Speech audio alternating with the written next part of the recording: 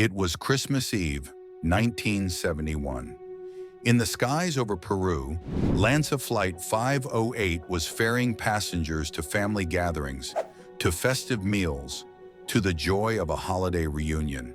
Amongst them, 17-year-old Juliane Koepcke and her mother, Maria. For Juliane, a shy high school student, this flight to Pucallpa was a routine journey to meet her father, a renowned zoologist at his research station deep in the Amazon. The Amazon, a vast emerald ocean of trees, stretched beneath them. But this was no ordinary jungle flight. Ahead, a wall of pure darkness loomed, a colossal thunderstorm, a monstrous, churning beast of clouds. Chapter 1: The Impossible Fall. The cabin lights flickered, trays rattled. Then the first jolt. Passengers exchanged uneasy glances. The storm had found them. And then a flash. A blinding, searing white light that filled the entire plane. The smell of burning. A deafening roar. The plane wasn't just shaking. It was disintegrating, like paper torn by an unseen hand. The floor ripped open. The roof peeled back. Juliane's mother screamed her name.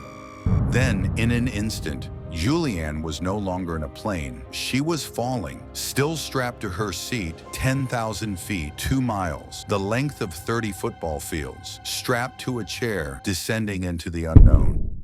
Chapter 2: Awakening in the Green Inferno. Silence, not the quiet of peace, but the suffocating, oppressive silence of a tomb. The chirping of insects, the drips of water off leaves. Juliane slowly, agonizingly opened her eyes.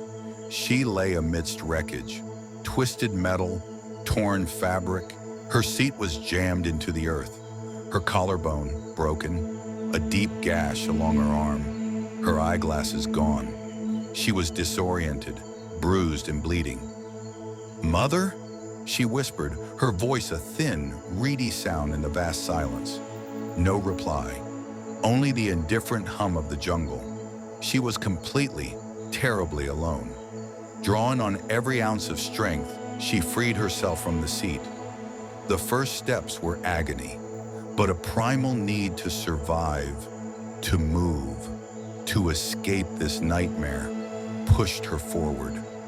For days, the jungle became her enemy and her only companion. A million unseen eyes watched her. Every rustle of leaves, every splash in the water could be a predator. Her father's voice from years of jungle research became her guiding star. "If you get lost, follow the water downstream. Rivers lead to civilization." So she followed. From a tiny stream to a larger river, she pushed on. Her body was failing. The gash on her arm festered. Insect bites covered her skin. Starvation gnawed at her. She passed wreckage, more grim reminders of the plane's fate, and sometimes the bodies of fellow passengers.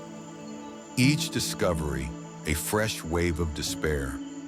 She ate nothing but a bag of candy she found in the wreckage.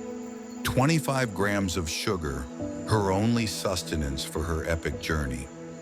The rain came in sheets, turning the ground to mud, making every step treacherous. The sun, when it appeared, beat down mercilessly, dehydrating her. Chapter 3: Salvation and Legacy. Her most terrifying battle wasn't with the jungle itself, but with her own body. The gash on her arm became a living nightmare. Maggots, hundreds of them, burrowing deep. The pain was excruciating. The thought of them, sickening. She needed to flush them out. Recalling a lesson from her father, she knew there was one way. Days later, pure chance led her to a small hut on the riverbank, and inside a small, crucial amount of gasoline.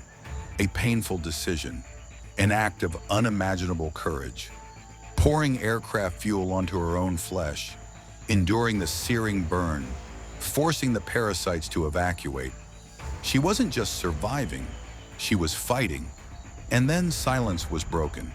Not by the jungle, but by a sound she hadn't heard in days. Voices, human voices. Weak, scarred, but alive. After 11 harrowing days, Juliane Koepcke emerged from the green abyss. The lumberjacks who found her couldn't believe their eyes. This was the impossible survivor.